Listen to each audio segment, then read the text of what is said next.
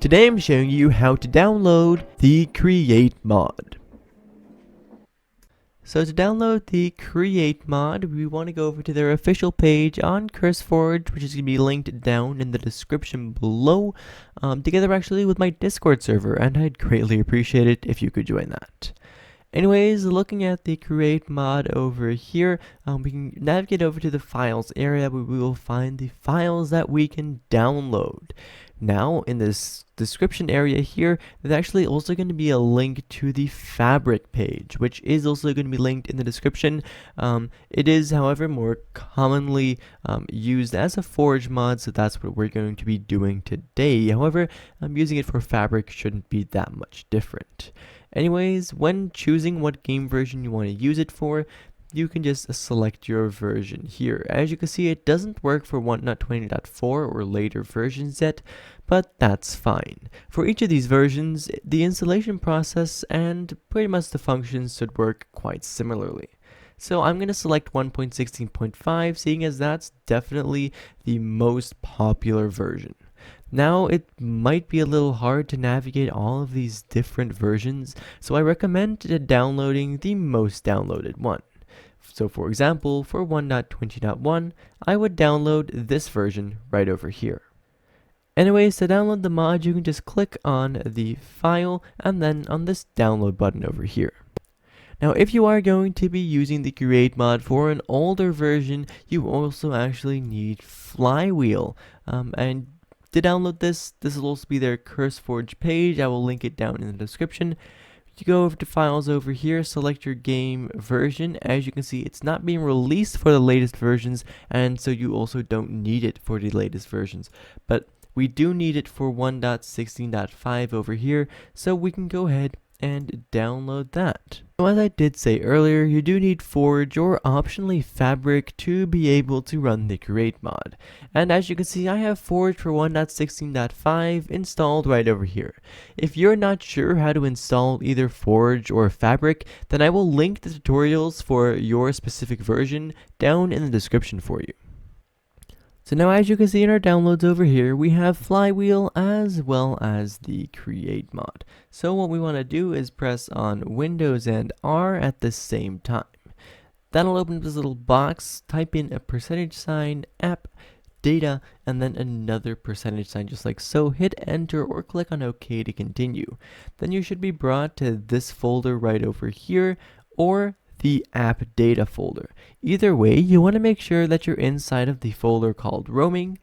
Then head into one of the top folders, which is going to be .minecraft, and then you want to locate the mods folder right over here. Now, if you plan on doing stuff like modding Minecraft more often, then I recommend that you right click on this. In my case, click on show more options, and that you then create a shortcut. You can, for example, place this on your desktop to allow easy access to this folder.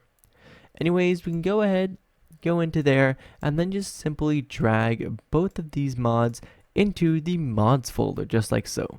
Once you've done that, you can close both of those and open up the Minecraft launcher. And once it's opened, you can of course launch Minecraft.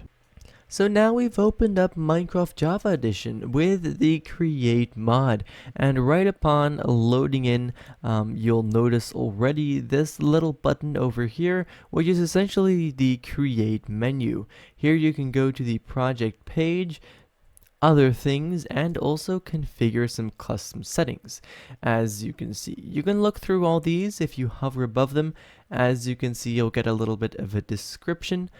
Just like that. They can be useful, but really the standard settings tend to work just fine for someone who's not, some sort of massive pro or something, right? Alright, so here in a world, I'll quickly show you exactly how this works. Well, of course not exactly, because there's basically infinite features, but I'm pretty sure you get the idea. So upon opening the creative inventory in this case here, we can go over and click on this button, and then we'll find the create mod items and stuff like that here, as well as the create palettes right here. Now I'll just go through this a little bit and help you guys figure out how this works. Now of course I'm not gonna go ahead and explain literally everything here, as that would take hours, and there are of course other tutorials on that. I also highly recommend figuring a lot of this stuff out by yourself, as it can be really fun to discover new things as you play along. Anyways, basically in these create palettes area over here, basically you have a bunch of different, well, blocks and their variants that do get added with the create mod. Some really cool ones in here, as well as different panes and stuff like that. I love using these, but they don't really have much functionality. Here in this create tab, you'll find basically everything that has functionality.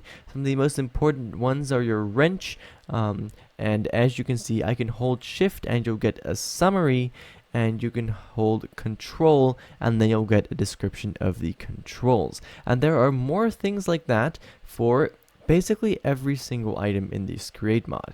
As you can see, if I hover above, for example this one, the rope pulley in this case, it has a use and it does something, but I have no idea what. So as you can see, I can hold W for a little bit of time, and then it's going to open up this area and it's going to give me a bit of an animation showing me how this can be used. So here we have another one of these animations, and as you can see sections in here, and they give you a bit of a description over there of what each section in this timeline is. You can press on R once and that is actually going to pause this animation right here. You can then hover above things and you'll get a little bit of a description. As you can see, I've now paused it, and this is, for example, a large cogwheel.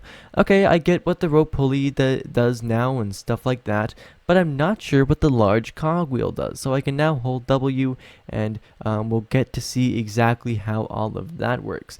As you can see, you can press E to close it and D to head on to the next scene, because there are, for some of these, multiple different variations in which they do get used, because a lot of these have many different uses, and you can replay the animation as well if you want to see this basically mini world in which it gets built get rebuilt again. As you can see, I can do that right here, and then they're going to build up this scene once again. You can also press on this button over here, which is going to turn on comfy reading. It doesn't really do anything right now because there's not much words on the screen, but if I restart and turn on comfy reading, as you can see, it's going to slow it all down and allow me to read all this stuff a little better. On the side over here, I'm going to see some other things that are used inside of this right here. So as you can see, the kinetic blocks as well as the think back are also being used in this situation, and I can click on those, check out what they are, and of course what they do.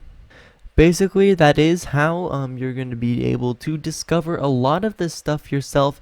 As I said, there are also incredibly in-depth, hours-long tutorials on exactly how everything about the create mod works, and you know, if you'd rather do stuff like that, then of course you can check that out.